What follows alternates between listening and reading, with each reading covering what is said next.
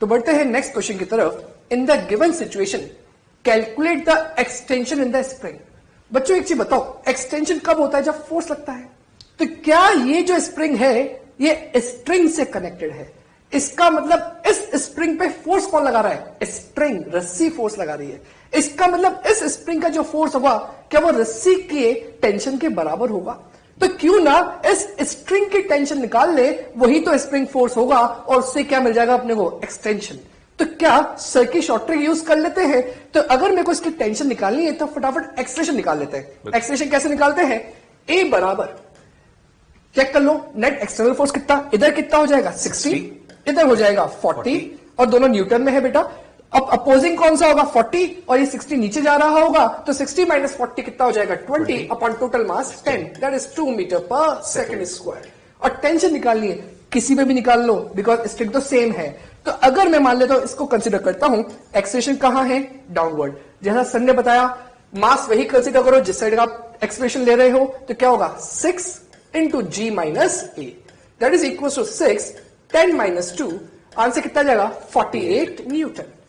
अब ये जो टेंशन है यही किसके बराबर है? स्प्रिंग फोर्स के। और स्प्रिंग फोर्स का आपको के दे रखा है, तो I can say F S is equal to K X. F S equal to K X. F S कितना? 48, के कितना? 96। तो 48 is equal to 96 into x.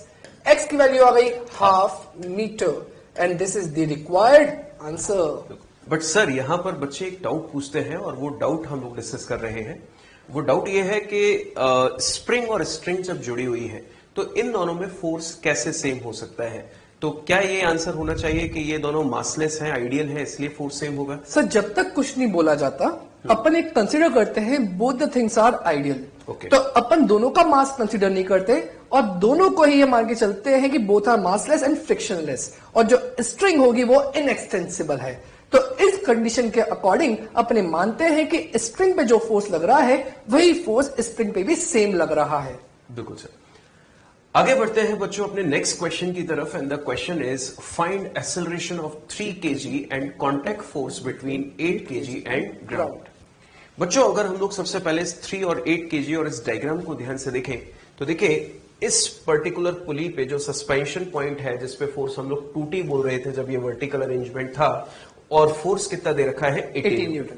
तो क्या बच्चों यहां पर हम लोग इस 80 न्यूटन को 2T के बराबर लिख सकते हैं? बिल्कुल। तो हमें 2T की वैल्यू पता चल गई। और बच्चों यहां पे 2T वैल्यू कब आती थी? जब यहां पर कितनी होती थी? T। तो बच्चों आंसर दीजिए कि अगर 2T की वैल्यू 80 है तो T की वैल्यू कितनी होगी? 40। तो बच्चों देखिए T की वैल्यू हमें पता चल गई दोनों ही तरफ कितनी? 40 न्यूटन।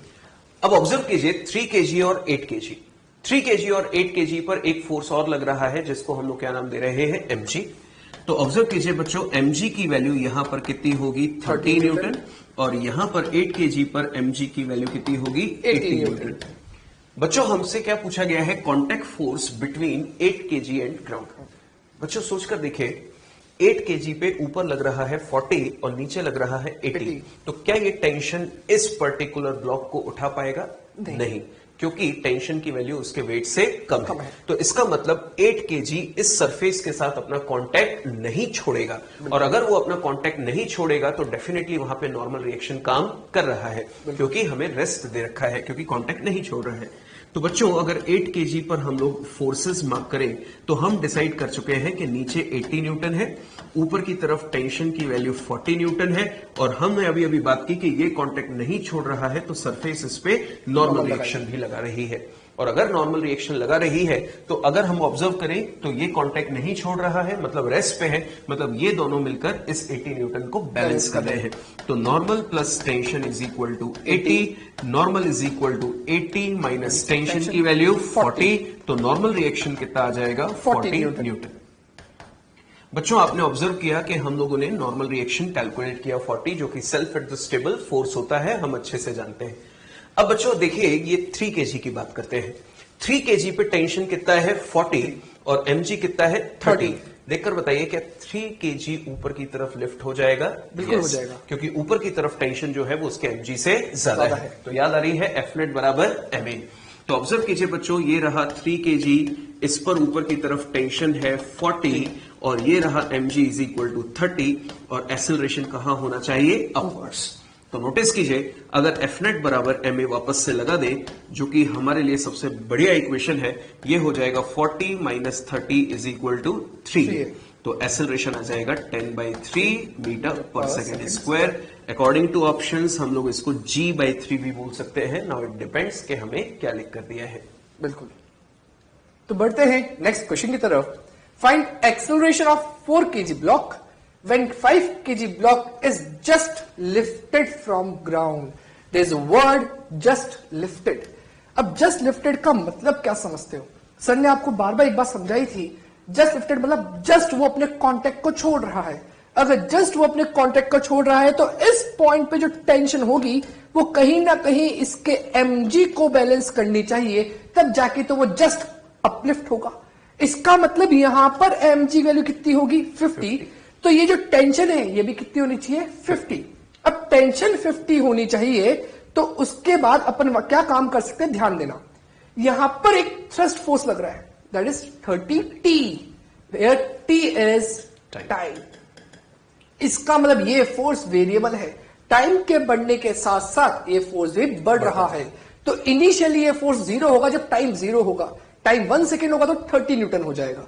तो ऐसा कितना फोर्स यहां पर आ जाए ताकि इसकी टेंशन 50 हो जाए? तो अपने को क्या पूछा गया है? Acceleration of 4 kg। इस 4 kg का एक्सेलरेशन बताना है जब ये जस्ट अपलिफ्ट हो गया। अपलिफ्ट कब हुआ? जब यहां का टेंशन कितना था? 50। तो पहले चेक करते हैं इसका इन तीनों टेंशन से क्या रिलेशन है। तो देखो, ये स्ट्रिंग यहां से जाते हुए इधर आई और घूम के यहां पहुंच गई। क्या स्ट्रिंग सेम रही? बिल्कुल। अगर स्ट्रिंग सेम रही तो इस पॉइंट पर टेंशन अवे t, इस पॉइंट पर टेंशन T और इस पॉइंट पर टेंशन T। तीनों पे टेंशन कितनी है? T। तो टोटल टेंशन कितनी हो गई? 3T। क्या 3T फोर्स डाउनवर्ड लग रहा है और इसको कौन बैलेंस कर रहा है? 30T। आई कैन से 30T is equals to 3T। तो यहां से एक और चीज मालूम पड़ गई, capital T that is tension is equals to 10T। और मुझे टेंशन कितनी चाहिए ताकि ये जस्ट अपलिफ्ट हो जाए? इसका मतलब 50। बिल्कुल सही सर। तो 50 इज इक्वल्स टू 10T और T की वैल्यू आ गई 5 सेकेंड। इसका मतलब 5th सेकेंड पे ये जस्ट अपलिफ्ट हो जाएगा। हालांकि यहां पर टाइम पूछा नहीं गया था, पर ये आपको ध्यान रखना है कि अपन टाइम को भी कैसे निकाल सकते हैं। अब आपसे पूछा गया कि इस 4 kg वाले का एक्सेलरेशन क्या होगा, तो चेक करें। इस पॉइंट पर, ये पुली पर, यहां पर टेंशन कहां होगी? अपवर्ड। यहां पर टेंशन कहां होगी? अपवर्ड। तो क्या ये T और T कितना हो जाएगा? 2T। इसका मतलब इस पॉइंट पर 2T फोर्स तो डाउनवर्ड होगा और इस पॉइंट पे 2T फोर्स अपवर्ड होगा। तो इस 4 kg वाले पर क्या निकालना है? 2T value. 2T वैल्यू कितनी जाएगी? 100। तो I can say 2T is equal to 2 into 50 that is 100 newton. तो यहां से मेरे पास 100 न्यूटन का फोर्स आ गया किसके ऊपर? 4 kg के ऊपर। तो 4 kg पे 100 तो ऊपर लग रहा है, पर mg कितना लग रहा है? 40। अगर mg 40 न्यूटन नीचे लग रहा है तो एक्सेलरेशन क्या होगा? Net force 100 minus 40 upon ma। ma की वैल्यू कितनी होगी? 4 into a। तो यहां पर 4 into a भी डायरेक्ट लिख सकता हूं और 4 को मैं नीचे ले आऊंगा तो a कितना हो जाएगा? 60/4 that is equal to 15 metre per second square. तो बेटा ध्यान रखेंगे, ये जो पार्ट मैंने करा सॉल्व, ये सिर्फ और सिर्फ इसलिए सॉल्व करा था कि आपको टाइम निकालना भी आ जाए, पर ऑल्दो इसकी आवश्यकता नहीं है। आप डायरेक्टली चेक कर सकते हो, मैंने स्टार्टिंग में इसको 50 निकाल दिया था और निकालने के बाद यहां पर आप 2 लिख सकते हो, that is 100 minus 40 60 upon mass 4 that is equal to 15 metre per second square. एक बहुत अच्छा क्वेश्चन सर ने आपको एक्सप्लेन किया। बच्चों बढ़ते हैं अपने नेक्स्ट क्वेश्चन की तरफ and the question is for the given arrangement find acceleration of the blocks m1 equal to 10 kg and m2 equal to 10 kg। मतलब दोनों ही ब्लॉक्स सेम है बट एंगल ऑफ इंक्लाइनेशन अलग है, एक है 30 डिग्री और एक है 37 degree. And tension in the strings ये हमें कैलकुलेट करना है। बच्चों देखिए, इस क्वेश्चन को जब हम लोग सॉल्व करते हैं तो सबसे पहले याद आ रहा है इंक्लाइन प्लेन। और इंक्लाइन प्लेन के क्वेश्चंस हमें जब सॉल्व करने हैं तो किस तरह से होंगे, पहले हम लोग उस पर एक छोटी सी प्रैक्टिस कर रहे हैं एंड देन आफ्टर इस क्वेश्चन को हम लोग सॉल्व करेंगे। बिल्कुल बच्चों ऑब्जर्व कीजिए, यहां पर एक एंगल ले लेते हैं हम लोग थीटा और सरफेस स्मूथ है, हम लोग किसी भी तरह का फ्रिक्शन कंसीडर नहीं कर रहे हैं और यहां पर हम लोग एक पर्टिकुलर ऑब्जेक्ट ले रहे हैं ऑफ मास स्मॉल एम। बच्चों अगर हम लोग यहां पर देखें तो इस पर्टिकुलर बॉडी पर इस समय दो फोर्सेस लग रहे हैं, एक कांटेक्ट फोर्स और एक ग्रेविटी फोर्स। बच्चों यहां पर जो फोर्स लग रहा होगा वो होगा नॉर्मल रिएक्शन यानी कि कांटेक्ट फोर्स जो कि सरफेस उस पर लगा रही है, और दूसरा होगा ग्रेविटी फोर्स यानी कि mg। बच्चों हम लोग जनरली देखते हैं कि इस तरह के क्वेश्चंस में हमें कंपोनेंट्स करने आने चाहिए mg के। हम क्या देखते हैं डेली लाइफ में जो ऑब्जर्वेशन होता है कि इस तरह का एक इंक्लाइन प्लेन है, जैसे ही हम लोग बॉडी को रखते हैं तो बॉडी को रखते ही वो नीचे की तरफ एक्सेलरेट हो जाती है। तो बच्चों एक्सेलरेशन अपने आप नहीं आता, ये बात हम लोग सीख चुके हैं। एक्सेलरेशन के लिए डेफिनेटली इस पर्टिकुलर डायरेक्शन में कोई ना कोई फोर्स होगा, और वो फोर्स कौन सा है अगर हम लोग पता करें तो सबसे पहले नॉर्मल से स्टार्ट करते हैं। बच्चों इमेजिन कीजिए अगर मैं नॉर्मल के कंपोनेंट करूं तो एक कंपोनेंट नॉर्मल का इधर आएगा और एक कंपोनेंट नॉर्मल का इधर आएगा। देखकर बताइए कि एक्सेलरेशन की डायरेक्शन में नॉर्मल का कोई भी कंपोनेंट एग्जिस्ट नहीं कर रहा है, मतलब नॉर्मल या उसका कंपोनेंट रिस्पॉन्सिबल नहीं है इस बॉडी को नीचे लाने के लिए। तो डेफिनेटली कोई और फोर्स है जिसको हम लोग यहां पर रिप्रेजेंट कर सकते हैं। ऑब्जर्व कीजिए बच्चों, mg को अब चेक करते हैं। अगर mg के कंपोनेंट के तो चेक करते हैं कि क्या कोई ऐसा कंपोनेंट mg का है जो इसको डाउनवर्ड एक्सेलरेट कराएगा। तो आइए बढ़ते हैं इस पॉइंट पर। देखिए बच्चों ये थीटा है, ये एंगल कितना होगा 90, ये एंगल है 90। तो बच्चों अगर मैं यहां से एक एंगल कैलकुलेट करूं तो ये एंगल कितना हो जाएगा 90 माइनस थीटा। दोबारा से बच्चों ये एंगल है थीटा, ये 90 है तो ये कितना हो जाएगा 90 माइनस थीटा। और अब अगर मैं mg के कंपोनेंट करूं लाइक दिस तो बच्चों ये एंगल भी कितना है 90, ये 90 माइनस थीटा तो ये कितना हो जाएगा थीटा। तो बच्चों गिवन वेक्टर मान लीजिए mg है, तो गिवन वेक्टर जिस एक्सिस के साथ एंगल बनाएगा वो कौन सा कंपोनेंट होगा cos थीटा, बिल्कुल, और ये होगा mg sin थीटा। बच्चों नोटिस करके देखिए कि mg cos थीटा क्या कर रहा है, नॉर्मल रिएक्शन को बैलेंस कर रहा है, और बॉडी को नीचे लाने का काम किसका है mg sin थीटा का। तो हमें पता चल गया कि ये वो फोर्स है इस डायरेक्शन में जो बॉडी को एक्सेलरेट करा रहा है, और एक्सेलरेशन हमें निकालना है तो mg sin theta upon mass, तो एक्सेलरेशन कितना आ जाएगा g sin theta as per requirement, जैसे भी हमको क्वेश्चन में जरूरत पड़ेगी। तो बच्चों हम लोगों ने सीखा कंपोनेंट्स कैसे किए जाते हैं। आइए अब हम लोग इस पर्टिकुलर पॉइंट पर आगे बढ़ते हैं। ऑब्जर्व कीजिए बच्चों, हमें जो डायग्राम दिया गया है m1 एंड m2, अब यहां पर एंगल डिफरेंट है पर मास सेम है। बच्चों यहां पर भी एक चीज हम लोग सीखेंगे, वो आपको अच्छे से आनी चाहिए, उसको हम लोग डिटेल में बात कर रहे हैं। अब मैं mg cos theta component mark नहीं कर रहा हूं क्योंकि वो नॉर्मल से ऑलरेडी बैलेंस है। हम mg sin थीटा पर फोकस कर रहे हैं। सबसे पहले तो मार्क कर देते हैं tension force away from the body, जो इस तरह से काम कर रही होगी। नीचे की तरफ हमने मार्क कर दिया m1g sin 30, बिल्कुल, और यहां पर हमने मार्क कर दिया m2g sin 37, बिल्कुल 37 डिग्री। अब कई बार इस तरह का क्वेश्चन आ जाता है कि दोनों तरफ ब्लॉक सेम है, तो बच्चों ऐसे क्वेश्चंस में हमें क्या करना चाहिए। अब मैं जब तक इसमें वैल्यू ना रखूं मुझे समझ में नहीं आ रहा कि दोनों में से कौन सा फोर्स ज्यादा है या कम है। तो ऐसी कंडीशन में मैं कोई भी फोर्स कंसीडर कर लूं, मतलब कोई भी डायरेक्शन ऑफ एक्सेलरेशन कंसीडर कर लूं। मेरा कहने का मतलब है कि जब तक मैं यहां पर वैल्यू नहीं रखता तब तक मुझे समझ में नहीं आ रहा है कि कौन सा ब्लॉक नीचे जाएगा या कौन सा ब्लॉक ऊपर जाएगा। तो ऐसी सिचुएशन में आपकी जो मर्जी वो डायरेक्शन कंसीडर कर लीजिए और उसके हिसाब से अपने क्वेश्चन को सॉल्व करना स्टार्ट कर दीजिए। अगर आपका फाइनल आंसर एक्सेलरेशन बराबर पॉजिटिव आया तो इसका मतलब यह है कि आपने जो एक्सेलरेशन की डायरेक्शन सोची वो बिल्कुल सही है। और अगर आपका फाइनल आंसर सॉल्व करने के बाद एक्सेलरेशन इक्वल टू नेगेटिव में है, इसका मतलब आपने जो एक्सेलरेशन की डायरेक्शन मार्क की थी वो सही नहीं थी, उसकी अपोजिट होनी चाहिए थी। बस इतना सा फर्क है। तो ध्यान रखें, जैसी अपनी मर्जी वैसे क्वेश्चन स्टार्ट कर दीजिए। आंसर प्लस आया मतलब डायरेक्शन सही मार्क की गई थी, और माइनस में आया मतलब जो डायरेक्शन मार्क की गई थी उसको उल्टा कर लीजिए, वो अपना आंसर होगी। बट फिलहाल हमें मासेस गिवन है, हम लोग वैल्यू प्लेस करते हैं। देखिए 10 kg, तो 10g कितना 100 इंटू साइन 30 1/2, तो ये कितना हो जाएगा 50 न्यूटन। इसी तरह से यहां पर m2g 100 साइन 37 3/5, तो 100 इंटू 3/5 कितना हो जाएगा 60। बताइए बच्चों कौन सा फोर्स डोमिनेटिंग है 60 न्यूटन। तो इसका मतलब ये एक्सेलरेशन होगा डाउनवर्ड और ये एक्सेलरेशन होगा अपवर्ड्स।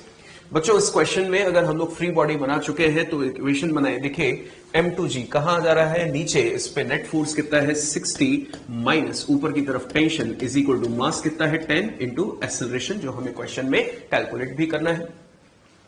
इस ब्लॉक पे देखें ये ऊपर जा रहा है तो कौन डोमिनेट कर रहा होगा, t, अपोज कौन कर रहा है 50, तो t minus 50 is equal to again 10। बच्चों ये दोनों आपस में कैंसिल, एक प्लस का है एक माइनस का है, 60 minus 50 10 is equal to 20a, तो एक्सेलरेशन कितना आ जाएगा half metre per second square. अब बच्चों एक्सेलरेशन की वैल्यू किसी भी एक इक्वेशन में रख दें तो हमें क्या मिल जाएगा, टेंशन।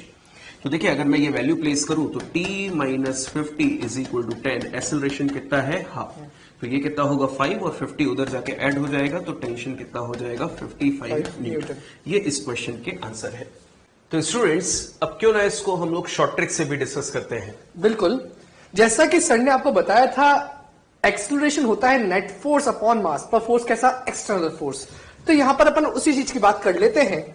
तो ध्यान देना, क्या इस पर फोर्स लग रहा है 50 न्यूटन और इस पे फोर्स लग रहा है 60 Newton, which one is dominating, 60 Newton. तो इस पे जो दोनों पे नेट एक्सटर्नल फोर्स होगा, दोनों अपोजिंग डायरेक्शन में है, तो 60 माइनस 50 दैट इज 10।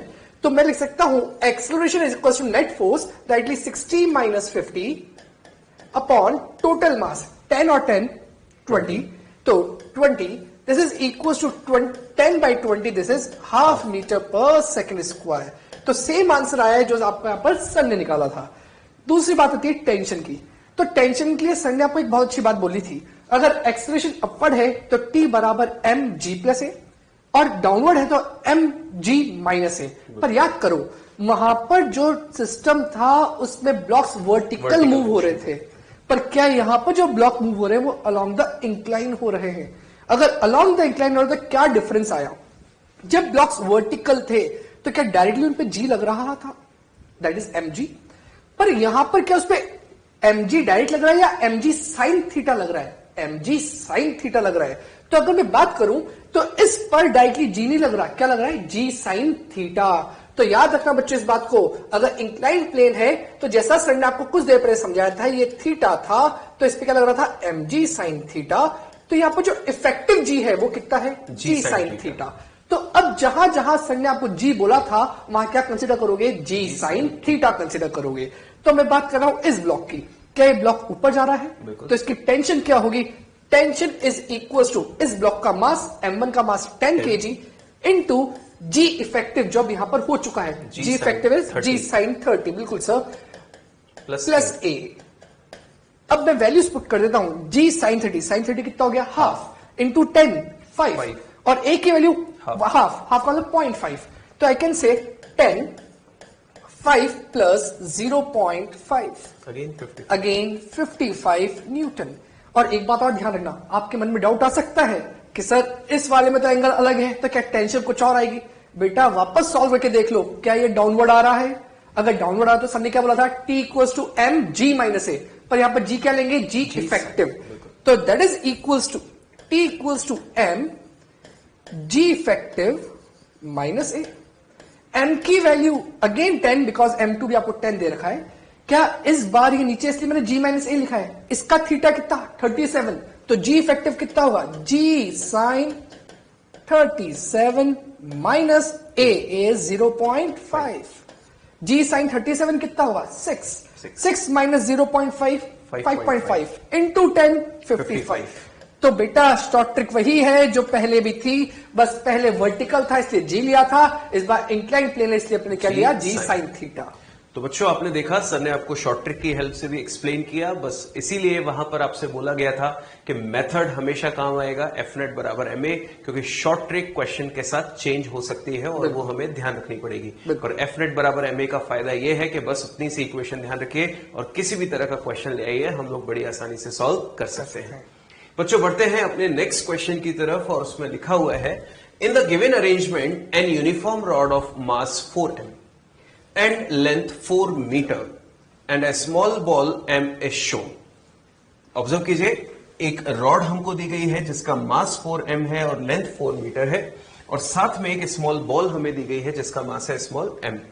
लिखा हुआ है if the system is released from rest then find the time taken by ball to cover the length of rod. बच्चों यहां पर मोशन अगर ऑब्जर्व करें तो सबसे पहले हम लोग नोटिस करते हैं फोर्सेस को। ऑब्जर्व कीजिए, अगर एक्सेलरेशन कैलकुलेट किया जाए, इनिशियली दोनों रेस्ट पे थे, ये हमें क्वेश्चन में गिवन है, और अगर इनिशियली रेस्ट पे है तो हम सबसे पहले ये पता करें कि बिकॉज ऑफ डोमिनेटिंग फोर्स इसका एक्सेलरेशन कितना होगा नेट फोर्स की वजह से। यहां पर है 4 mg और ये है कितना mg। तो आप देख रहे हैं कि इस साइड फोर्स की वैल्यू ज्यादा है, तो ये सिस्टम यहां से एक्सेलरेट होगा नीचे और यहां से ये एक्सेलरेट होगा ऊपर। तो सबसे पहले एक्सेलरेशन ऑफ सिस्टम हम लोग कैलकुलेट करें तो net external force 4 mg minus mg and total mass is 5 m। बिल्कुल। और बच्चों अगर यहां से इसको सॉल्व किया जाए तो 3 mg अपॉन 5m, m से m कैंसिल, तो 30 अपॉन 5 और ये हो जाएगा 6 मीटर पर सेकेंड स्क्वायर। पर बच्चों एक्सेलरेशन की डायरेक्शन एक दूसरे के अपोजिट है। इस तरह के क्वेश्चन को हम लोग दो तरह से सॉल्व कर सकते हैं, या तो हम लोग एक साथ साइमल्टेनियसली अपना मोशन स्टार्ट कर रहे हैं तो रिलेटिव मेथड से भी इसको सॉल्व किया जा सकता है, और इनकी इंडिविजुअल इक्वेशन ऑफ मोशन बनाकर भी सॉल्व कर सकते हैं। तो हम किसी भी एक मेथड से अगर इसको सॉल्व करें तो आइए हम लोग पहले इसको इक्वेशन से सॉल्व करके देख लेते हैं। बच्चों मोशन का पैटर्न क्या होगा, ये दोनों साइमल्टेनियसली मूव कर रहे हैं, एक नीचे और एक ऊपर। इमेजिन कीजिए कि ये एक रॉड है और ये हमारे पास बॉल है, तो ऐसा थोड़ी ना होगा कि रॉड रुकी रहेगी सिर्फ बॉल ऊपर चल के जाएगी, नहीं। क्या होगा सिचुएशन कि बॉल ऊपर जा रही है, रॉड नीचे आ रही है, बॉल ऊपर जा रही है, रॉड नीचे आ रही है, लाइक दिस। तो इसका मतलब ये 4 मीटर की लेंथ जो है वो दोनों ऑब्जेक्ट्स मिलकर कवर कर रहे हैं, कुछ ये ऊपर जाएगी, कुछ ये नीचे आएगी, इस तरह से।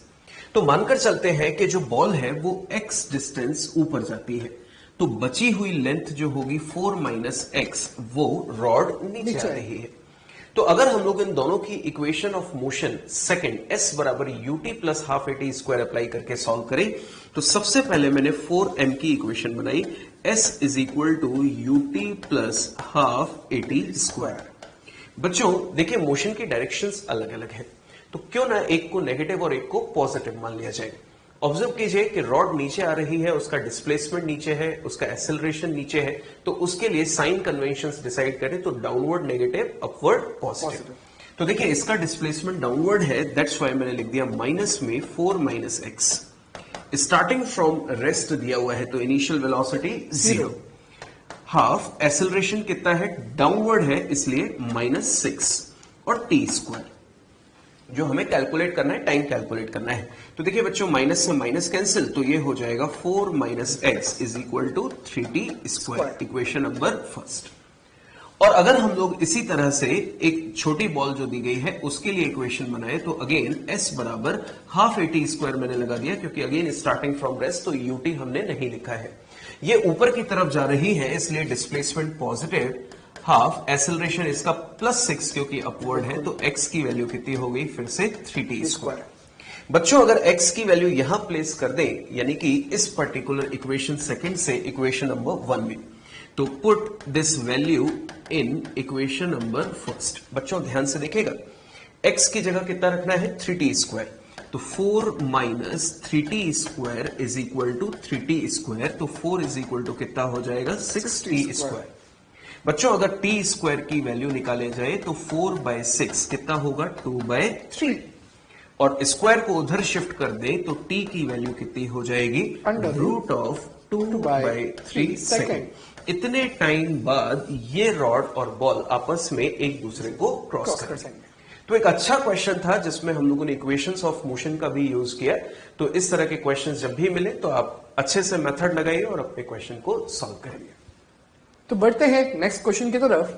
For the given arrangement find acceleration of the blocks and tension in the string.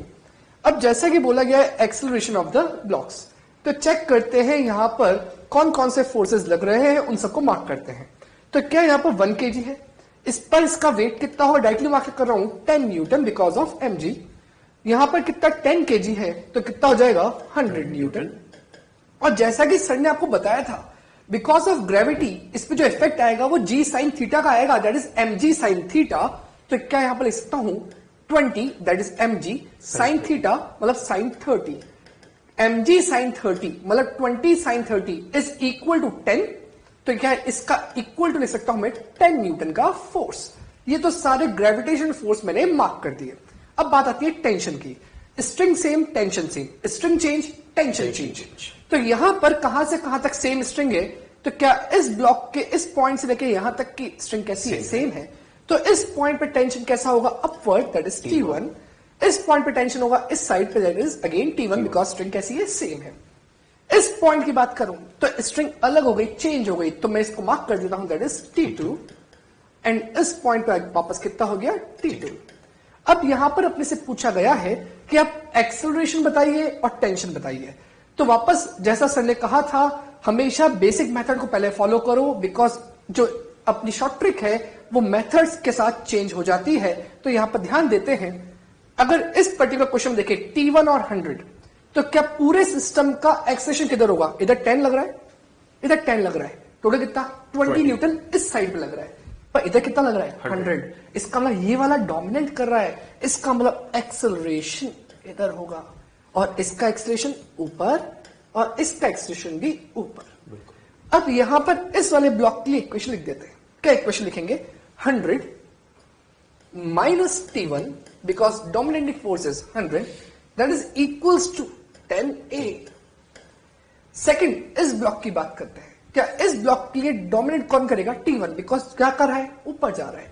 तो T1 minus T2 minus 10, T1 minus T2 minus 10, that is equals to mass into acceleration. Mass is 2A. Again here, dominating T2. So T2 minus 10 is equals to 1A. तीनों को add कर दो, add करने पर T1 cancel, T2 cancel, कौन कौन बचा, 100 minus 10, that is equals to 80 is equals to 13A. तो यहां से एक्सेलरेशन आ गया 80/13 मीटर पर सेकेंड स्क्वायर। अब इन वैल्यूज को अगर अपन पुट कर देंगे यहां पर, तो क्या मिल जाएगा, T1, और इसको अगर मैं यहां पुट कर दूंगा तो क्या मिल जाएगा, T2। तो T1 चेक कर लेते हैं, 100 minus T1, that is equal to 10A। A की वैल्यू 80/13, दैट इज 800/13 हो जाएगा। तो सॉल्व करते हैं T1 को बेटा इधर ले आओ, इस पूरी टर्म को इधर ले आएंगे, तो क्या होगा, 100 माइनस 800/13। अगर इसका एलसीएम लेंगे तो ऊपर 1300 आ जाएगा, minus 800 500, this is equal to 500/13 newton. Again for T2 acceleration put कर दो यहां पर, और इस 10 को ले आओ right side to find T2। तो डायरेक्टली देखो मैं क्या लिख रहा हूं, T2 is equal to 10 plus 1A, A is what, 80/13, तो 1 into 80/13, और यहां से वापस एलसीएम लेंगे तो 13 into 10 130 प्लस 80 210। तो क्या यहां से आंसर आएगा 210/13 न्यूटन। ये क्या हो गया, T2। और बेटा अगर शॉर्टकट लगानी है तो मैं बस वर्बली बोल रहा हूं, यहां पर क्या हो जाएगा 10, यहां कितना है 100, यहां कितना है 10, कौन कौन अपोजिंग, ये दोनों अपोजिंग, कितना अपोजिंग 20 न्यूटन अपोजिंग। तो 100 minus 20 that is 80 upon total मास 13, तो 80/13 metre per second square is the acceleration. अगर इस पॉइंट के T2 की बात करें, ये कहां जा रहा है, ऊपर, पर क्या वर्टिकली है, इसका मतलब क्या लग रहा होगा, G लग रहा होगा। तो T2 बराबर mg प्लस A। तो m की वैल्यू 1, G की वैल्यू 10, A की वैल्यू 80/13, उससे T2 आ जाएगा। ये वाला ब्लॉक बिल्कुल वर्टिकल है, मतलब G लग रहा होगा। तो क्या T1 नीचे जा रहा है, तो क्या होगा T1 that is equal to m G minus A। m कितना 10, G कितना 10, और A की वैल्यू 80/13, उससे भी आपका आंसर सेम आएगा। बिल्कुल। आगे बढ़ते हैं बच्चों, अब एक छोटा सा डिस्कशन हम लोग करते हैं। अभी तक जो हम लोग पढ़ रहे थे वो थी फिक्स्ड पुली। बच्चों देखिए, फिक्स्ड पुली का मतलब आप ऑब्जर्व किए, इन सभी डायग्राम्स में आपने नोटिस किया कि जो पुली है वो अपनी जगह पर क्या थी, फिक्स थी, वो अपनी जगह पे मूव नहीं कर सकती थी। बट अब अगर हमारे सामने ऐसी पुली आ जाए जो कि अपनी जगह से मूव करेगी, यानी कि मूवेबल पुली, तो उनका क्या कॉन्सेप्ट है वो हम लोग डिस्कस कर रहे हैं। और उसके लिए छोटा सा बेसिक डिस्कशन करते हैं और अपने कॉन्सेप्ट्स बनाते हैं, एंड देन आफ्टर अपने क्वेश्चन को हम लोग सॉल्व करेंगे, तो मजा आएगा। ऑब्जर्व कीजिए कि लेट अस कंसीडर, मैंने इमेजिन कर लिया कि m1 की वैल्यू ज्यादा है m2 से, ओके अभी मैं किसी भी तरह का कोई एक्सेलरेशन या किसी भी तरह की कोई वैल्यू नहीं निकाल रहा हूं, सिर्फ एक बेसिक डिस्कशन कर रहे हैं। देखिए m1 ज्यादा है तो m1 कहां आएगा, नीचे, और m2 कहां जाएगा, ऊपर। m1 का एक्सेलरेशन नीचे होगा, डिस्प्लेसमेंट नीचे होगा, वेलोसिटी नीचे होगी। बिल्कुल। जबकि इसी के लिए बात करें तो इसके लिए x, v और a कहां होंगे, अपवर्ड। टेंशन फोर्स मार्क करें तो ये हो गया टेंशन फोर्स और ये हो गया टेंशन फोर्स। बच्चों अब मैं बात कर रहा हूं वर्क डन की। वर्क निकाल रहे हैं, जैसा कि हम लोग जानते हैं कि वर्क इज इक्वल टू क्या होगा, dot product of force and displacement, यानी कि F डॉट डी। तो बच्चों मैं सबसे पहले निकाल रहा हूं work done by tension on M1। Okay. Work done by tension on M1। बच्चों देखिए M1 ब्लॉक कहां जा रहा है, नीचे। ध्यान से सुनना, मैं अगर टेंशन का वर्क डन निकाल रहा हूं तो मुझे सिर्फ और सिर्फ टेंशन फोर्स से मतलब है और कोई भी फोर्स से मतलब नहीं है। तो टेंशन ऊपर है और डिस्प्लेसमेंट नीचे है। तो देखिए एफ डी कॉस थीटा, जिससे हम लोग वर्क कैलकुलेट करते हैं, फोर्स का नाम क्या है, टेंशन, डिस्प्लेसमेंट है एक्स। ऑब्जर्व कीजिए थीटा क्या होता है, फोर्स और डिस्प्लेसमेंट के बीच का एंगल। तो टेंशन ऊपर, डिस्प्लेसमेंट नीचे, इनके बीच में एंगल 180 डिग्री। कॉस 180 माइनस 1, तो वर्क डन क्या हो जाएगा, माइनस एक्सटी। बिल्कुल। और इसी तरह से अगर हम लोग वर्क डन कैलकुलेट करें बाय टेंशन ऑन M2 तो वापस से एफ डी कॉस थीटा। बच्चों फोर्स अगर इस पे देखें तो टेंशन ऊपर है, डिस्प्लेसमेंट भी ऊपर है, दोनों पैरेलल, तो एंगल इनके बीच में 0। तो टी एक्स कॉस 0, जो कॉस 0 होता है +1, तो ये हो गया प्लस एक्सटी। बच्चों वर्क डन एक स्केलर क्वांटिटी है, बट इसके साथ पॉजिटिव और नेगेटिव का क्या मतलब होता है। अगर वर्क डन नेगेटिव है मतलब यह हुआ कि फोर्स उसके मोशन का अपोज कर रहा है, और अगर वर्क डन पॉजिटिव है मतलब फोर्स उसके मोशन का सपोर्ट कर रहा है। ये तो प्रैक्टिकल दिख ही रहा है। ये बॉडी अगर नीचे आ रही होगी तो mg की वजह से, तो टेंशन क्या कर रहा है, अपोज, इसलिए उसका वर्क डन नेगेटिव। और ये बॉडी अगर ऊपर जा रही है तो बिकॉज ऑफ टेंशन, तो टेंशन इसका क्या कर रहा है, सपोर्ट, इसलिए उसका वर्क डन पॉजिटिव। आपने नोटिस किया इंडिविजुअल जो बॉडीज है उस पे टेंशन का वर्क डन किसी पे नेगेटिव आ रहा है और किसी पे पॉजिटिव। बट अब मैं जो लिखने जा रहा हूं उसको ध्यान से देखना, work done net bye tension on the system. बच्चों इस चीज पे फोकस कीजिए जो मैं लिखने जा रहा हूं, net work done by tension on the pulley system. तो देखिए जब मैं सिस्टम की बात कर रहा हूं तो यहां पर जो भी वर्क डन है इनको मैं विद साइन ऐड कर दूं, विद साइन ऐड कर दूं तो नेट वर्क डन आ जाएगा माइनस एक्सटी और दूसरा है प्लस एक्सटी। कितना आया, 0। तो बच्चों यहां पर मैं जो स्टेटमेंट बोलने जा रहा हूं उसको ध्यान से सुनिएगा। हमारे पास एक आइडियल पुलिस सिस्टम है, net work done by tension on the system, net work done by tension on the system is 0। मैंने बॉडी नहीं बोला है। अगर आप बॉडी को देख रहे हैं तो बॉडी पे टेंशन का वर्क डन है, किसी पे नेगेटिव किसी पे पॉजिटिव, बट जो सम आया है वो कितना आया है, 0। जो नेट वर्क डन है वो कितना आया है, 0। और इसी तरह से अब मैं पावर सप्लाई कैलकुलेट करूं bye tension on the individual body and on the system, तो आप जानते हैं पावर क्या होता है, रेट ऑफ डूइंग वर्क। तो अगर सिस्टम पे नेट वर्क डन 0 है तो नेट पावर सप्लाइड भी 0 ही होगा। तो ऑब्जर्व कीजिए पावर अगर कैलकुलेट करें तो एफ वी कॉस थीटा, मैं इसको थोड़ा जल्दी से बता रहा हूं। अगर हम लोग इस M1 पर देखें तो टेंशन ऊपर, वेलोसिटी नीचे, तो टी वी कॉस 180, तो ये हो जाएगा माइनस वीटी। और अगर दूसरे ब्लॉक के लिए देखें यानी कि M2 के लिए, तो टेंशन और वेलोसिटी दोनों ही ऊपर है, तो F V cos theta, force का नाम है टेंशन, वेलोसिटी, और ये हो गया कॉस, तो ये हो गया हमारे पास प्लस वीटी।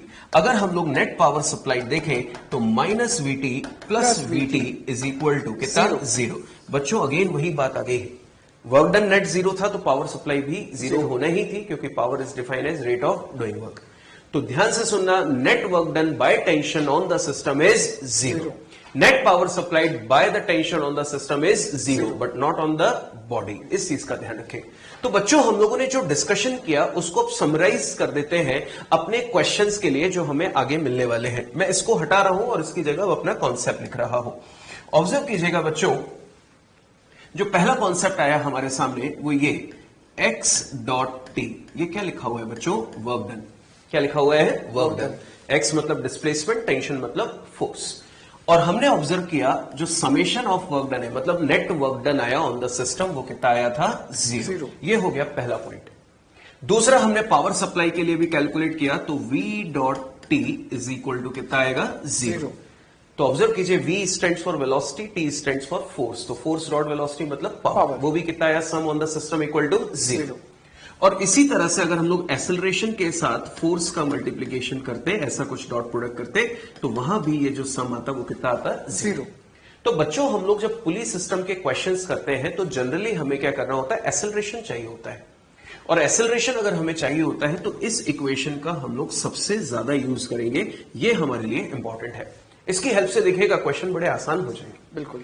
और अगर हम लोग इसमें बात करें कि यूज करना कैसे है, तो हम क्या करेंगे कि हर एक ब्लॉक पे जो टेंशन फोर्स लग रहा है उसको मार्क कर ले, हर एक ब्लॉक पे जो एक्सेलरेशन है उसको मार्क कर ले, और हर एक ब्लॉक पे जो एक्सेलरेशन और टेंशन मार्क किया गया है उनका डॉट प्रोडक्ट कर ले। और डॉट प्रोडक्ट जब करेंगे तो आपने देखा किसी एक ब्लॉक पर नेगेटिव आएगा, किसी एक पर पॉजिटिव आएगा, और उन सभी डॉट प्रोडक्ट्स को विद साइन ऐड करके 0 के साथ इक्वेट कर दे, जैसा कि यहां शो किया गया है।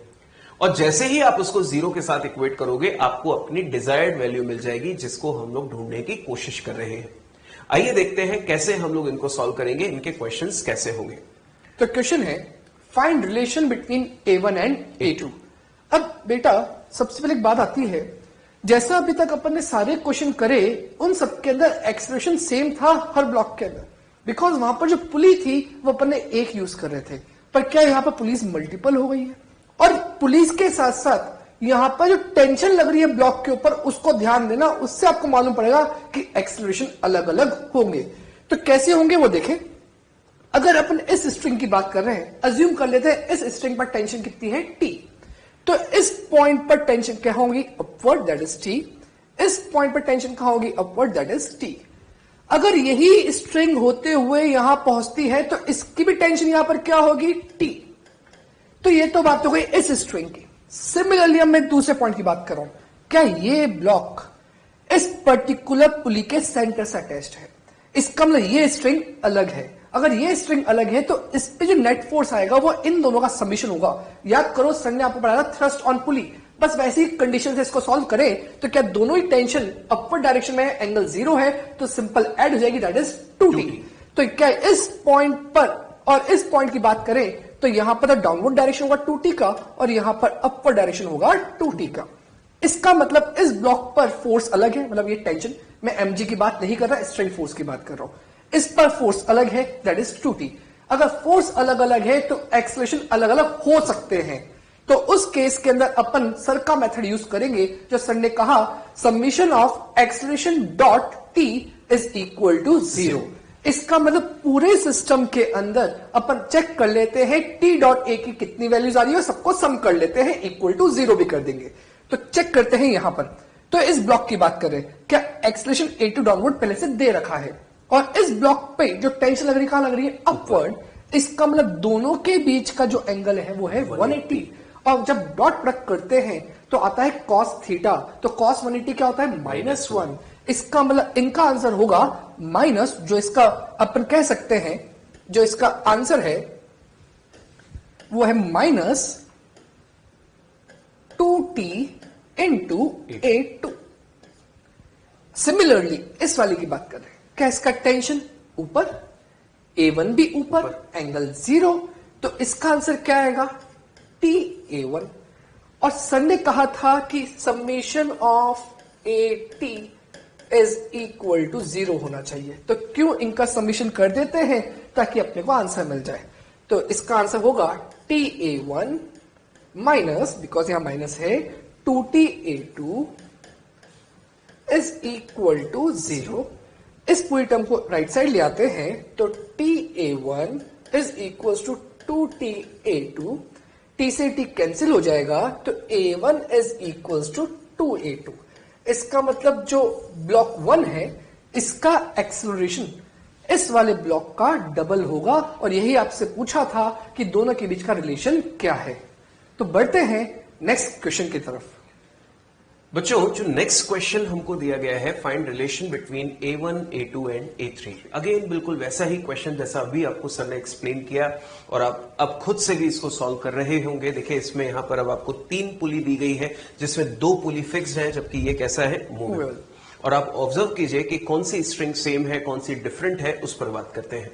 बच्चों मानकर चलिए कि ये यहां से लेकर यहां तक ये पूरी स्ट्रिंग एग्जैक्टली सेम है और स्ट्रिंग अगर पूरी सेम है तो इस स्ट्रिंग में टेंशन की वैल्यू भी सेम होगी। तो मार्क कर देते हैं, यहां पे होगा T, इस पॉइंट से देखें तो यहां होगा T, यहां पर होगा T फोर्स, इस पे भी होगा T, यहां पर भी क्या होगा T और यहां पर भी क्या होगा T। इस तरह से पूरी स्ट्रिंग में हमने टेंशन की फोर्स मार्क की है एग्जैक्टली सेम। और ऑब्जर्व कीजिए ये T है और ये T है, तो इस पॉइंट पर और इस पॉइंट पर अगर मार्क करें तो ये कितना होगा 2T। ये हम लोगों ने फोर्सेस मार्क कर दिए। तो बच्चों जैसा कि हम लोग डिस्कशन करते आ रहे हैं, हमें A1, A2 और A3 का रिलेशन कैलकुलेट करना है।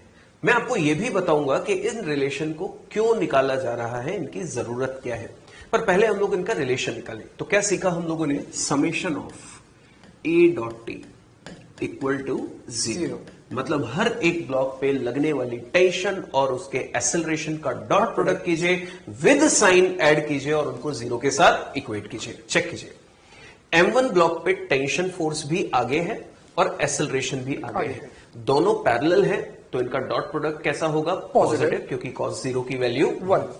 तो यहां पर हम लोगों ने इसके लिए लिख दिया प्लस TA1। करेक्ट। बात करें अब हम लोग इस ब्लॉक की, ऑब्जर्व कीजिए इस पे एक्सेलरेशन कहां है, नीचे, और टेंशन कहां है, ऊपर। क्या ये दोनों एक दूसरे के एंटी पैरेलल है? बिल्कुल सर। और एंटी पैरेलल है तो एंगल 180 डिग्री और cos 180 माइनस, तो डॉट प्रोडक्ट आएगा नेगेटिव 2TA2। अब बचा है A3। देखिए इस पर टेंशन कहां लग रहा है, पीछे, और एक्सेलरेशन भी कहां है, पीछे। तो टेंशन और एक्सेलरेशन दोनों की डायरेक्शन सेम है, तो डॉट प्रोडक्ट पॉजिटिव। ये हो गया TA3 इक्वल टू 0। अब देखिएगा बच्चों, अगर इसको हम लोग अब सॉल्व करें तो ये T और ये T आपस में कैंसिल, तो ये हो गया A1 plus A3 is equal to 2A2। और यहां से हम लोग इनके बीच में रिलेशन देख सकते हैं। A2 की वैल्यू इंडिविजुअली निकालना चाहे तो A1 plus A3 upon 2 equal to A2। अब बात चल रही थी कि इनकी जरूरत क्या है। बच्चों सोच के देखिए, पहले तो हम लोग इस पे चर्चा करें कि अगर मैं A1, A2 और A3 की जगह X1, X2, X3 लिखकर दे देता और क्वेश्चन में यहां पर वही चीज लिखी होती, तो मैं यहां पर A.T की जगह क्या कर रहा होता, X.T इक्वल टू 0। तो वहां से हमको X1, X2, X3 का रिलेशन मिल जाता। अगर ये V1, V2, V3 होते तो सिमिलरली हम क्या कर रहे होते, V.T। मतलब प्रोसेस सेम है, बट जो क्वांटिटी पूछी जा रही है उसका यूज करना है। अब बच्चों जैसा कि बात चल रही थी कि इनको क्यों निकाला जाए, बच्चों इसको निकालने की जरूरत है क्योंकि Fnet बराबर MA तो काम कर ही रहा है, पर इस क्वेश्चन में आप नोटिस करेंगे कि अननोन ज्यादा होंगे और इक्वेशंस कम बन रही होगी। कैसे, आइए चेक करते हैं।